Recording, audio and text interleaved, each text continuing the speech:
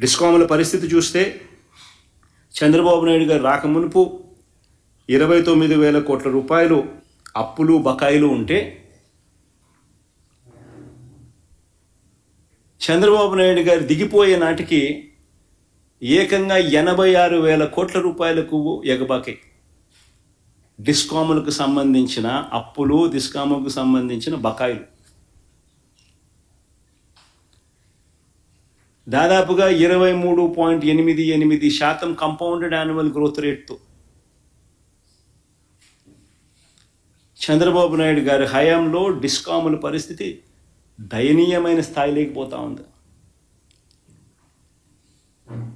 ప్రభుత్వం నుంచి ఆదుకునే దానికోసం డిస్కాములకు సపోర్ట్ చేసే కార్యక్రమం 13,255 కోట్లు మాత్రమే చేశాడు ఆయన. అదే వైఎస్ఆర్సీపీ ప్రభుత్వ హయాంలో 47,800 కోట్ల రూపాయలు డిస్కాములకు ప్రభుత్వం నుంచి సహాయం చేయగలిగాం. నిలబెట్టే ప్రయత్నం జరిగాయి. ఆ నిలబెట్టే ప్రయత్నంలో భాగంగానే పగటిపూటే రైతన్నలకు 9 గంటల పాటు ఉచితంగా కరెంట్ ఇచ్చే కార్యక్రమం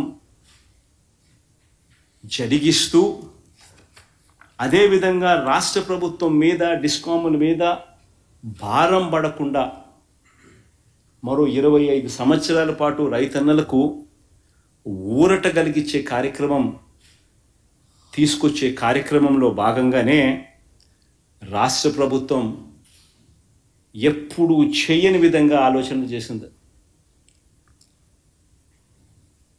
2020 నవంబర్లో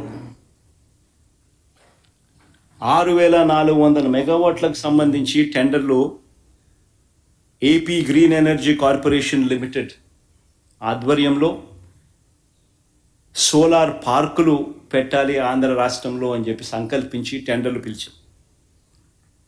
ఆ టెండర్లలో ₹2.49 నుంచి ₹2.58 చొప్పున సప్లై చేయడానికి ఎన్టీపీసీ ఇలాంటి పెద్ద పెద్ద సంస్థలన్నీ కూడా టెండర్లలో పార్టిసిపేట్ చేసి దాదాపుగా 24 బిడ్లు దాఖలయ్యాయి. అయితే అన్ఫార్చునేట్గా మనం ఈ ప్రాజెక్టులు స్టార్ట్ చేయాలి అని అంటే మనకు చంద్రబాబు నాయుడు అనే చంద్రగ్రహణం కూడా మనకు ఉంది కాబట్టి రకరకాల పద్ధతుల్లో కోట్లల్లో ఈ ప్రక్రియ అంతా కూడా ఆపేసే కార్యక్రమం జరిగింది. ఆగిపోయిన పరిస్థితులు కనిపించాయి కోట్ల ద్వారా.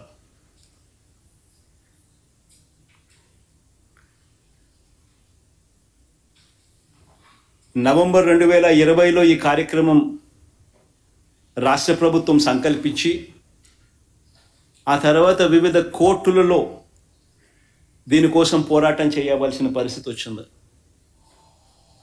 ఈ లోపల సెప్టెంబర్ 15, 2021 అంటే దాదాపుగా 10 నెలలు కోట్లల్లో ఈ వాద్యాలన్నీ కూడా, ఈ పోరాటాలన్నీ ఒకవైపున చేస్తూ ఉన్న సందర్భంలో సెప్టెంబర్ 15వ తారీఖున రాష్ట్ర ప్రభుత్వానికి ఒక తీయటి కబురు మాదిరిగా కేంద్ర ప్రభుత్వం నుంచి లేఖ వచ్చింది. కేంద్ర ప్రభుత్వం అంటే సెకీ నుంచి లేఖ వచ్చింది. Solar energy corporation of India కేంద్ర ప్రభుత్వం నుంచి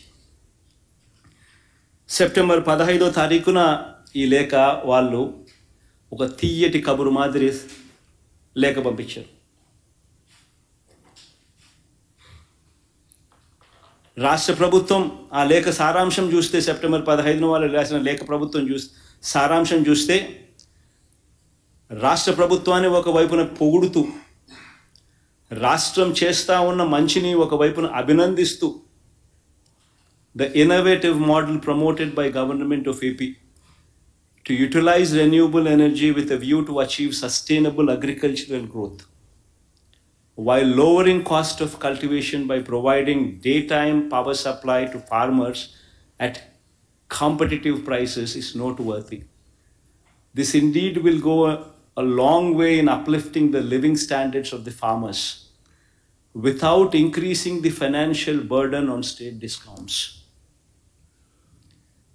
We have taken a note of the recent tenders floated by Government of AP for 6,400 megawatt of solar power